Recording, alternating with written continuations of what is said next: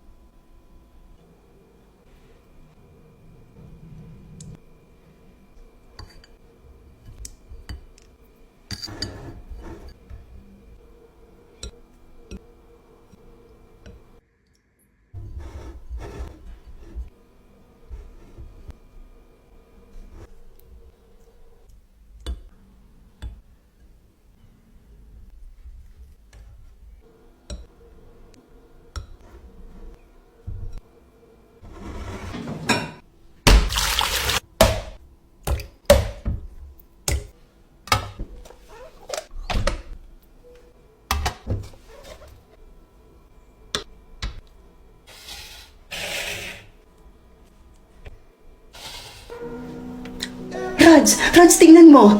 Sila na ba yan?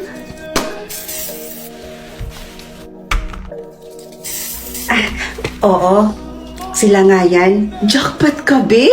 Ay, yayaman tingnan, no? Sabi naman sa'yo, di ba? Kaya nga na-appreciate ko na nag-set sila ng ganito eh. Siguro, baka gusto pa nila na mas makilala ako bilang mapapangasawa ng anak nila. Rods.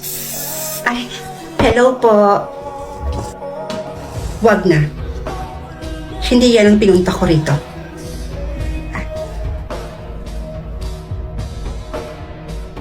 Sino siya? Best friend ko po. Sumama po siya sa akin kasi gusto niya daw ko kayong makilala. Hello po.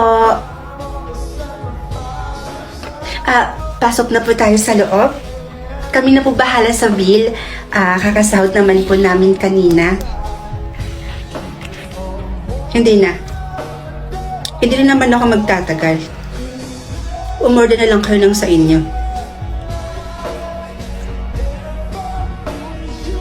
Sige ho.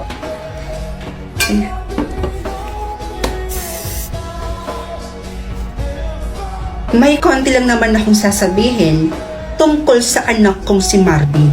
Huwag po kayong mag-aalala, tita. Alagang-alaga ko po siya sa bahay. Lumaki si Marvin sa may malaking tahanan. 3 ang yaya at nakakakain ng higit sa 3 beses sa isang araw. At nasusunod ang lahat ng mga gusto niya. At ngayon, independent na po siya. Marunong na siyang maghugas ng plato, marunong na siyang maglinis, maglaba, at marunong na din po siyang magluto. Which is not good for him. Po.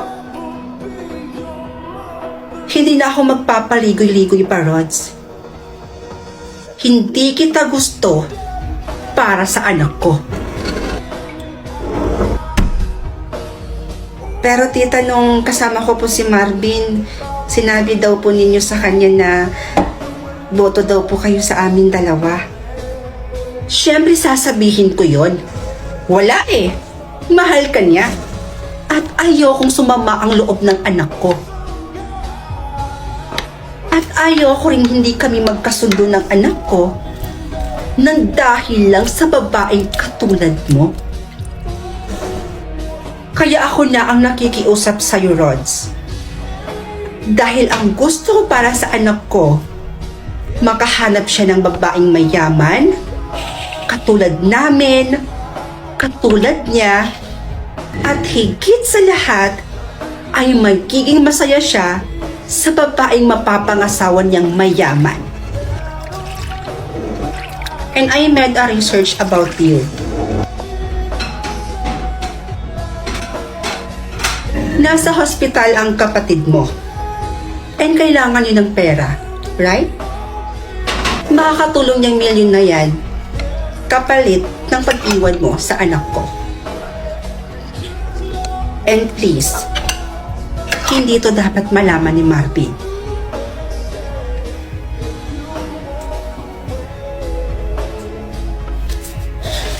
O teka, saan ka pupunta? Ibabalik mo yung cheque? O pupunta ka dun sa kapatid mo para bayaran yung bill niya?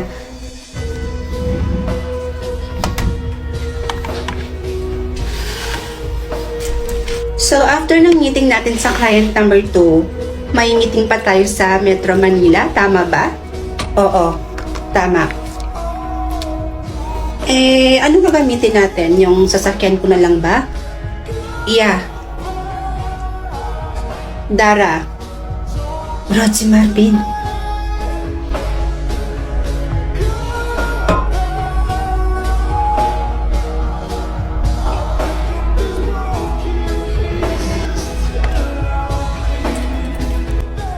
Marvin? Hindi ko alam kung matutuwa ako muli na nakita kita, Rods. Matapos mo kong ipagpalit sa milyon ni Mami. Mukha kang pera, manggagamit. Wala kang alam sa mga nangyari, Marvin. So stop judging me. Look at you now. Asensadong asensado ah. Monthly ba may income from mommy?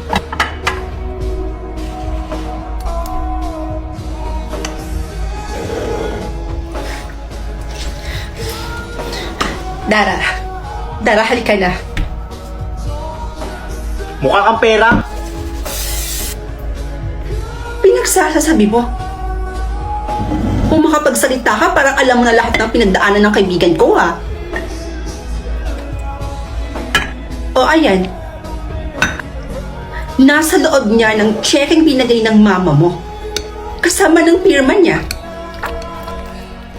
Hindi niya yan ginastos, Marvin. Hinayaan ng mamatay ang kapatid niya. Kaya wala kang karapatan para pagsabihan ng kaibigan ko ng ganon. Alam mo, sa totoo lang, hindi naman dahil sa mga magulang mo kung bakit kanya iniwan. Dahil yon sa mga nalaman niya tungkol sa'yo. Sa lahat ng pinagkagawa mo. At kung sino ka talaga. Ha? Anong sinasabi niyo?